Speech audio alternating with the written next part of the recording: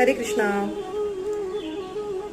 आपण आपल्या आईवडिलांसारखे असतो, राईट? ते तर बाय जीन्स होतं. पण याला अजून एक कारण आहे की आपल्या घरामध्ये शक्यतो आपली आई स्वयंपाक बनवते, काहीकांच्या घरात बाबाही बनवतात.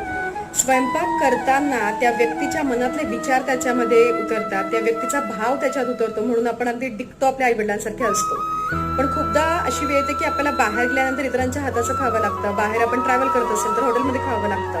अशा वेळी काय करावं? जर बाहेर आपण खात असू आणि ती अन्नाची प्लेट आपल्या समोर आली, कुठलं पाणी प्यावं लागलं, तर त्याच्यावर हात ठेवून फक्त एक मंत्र म्हणावा, कृष्णाय वासुदेवाय हरये परमात्मने प्रणतक्लेशनाशाय गोविंदाय नमो नमः. ही प्रार्थना करून ते अन्न ग्रहण करावं. जेव्हा आपण कुठल्या अन्नावर भगवंतांच्या मंत्रोच्चार करतो तेव्हा त्याचं रूपांतर प्रसादात होतं आणि ते ग्रहण केल्यानंतर त्याचा आपल्या पूर्ण शरीरासाठी योग्य तोच वापर होतो. करून बघा.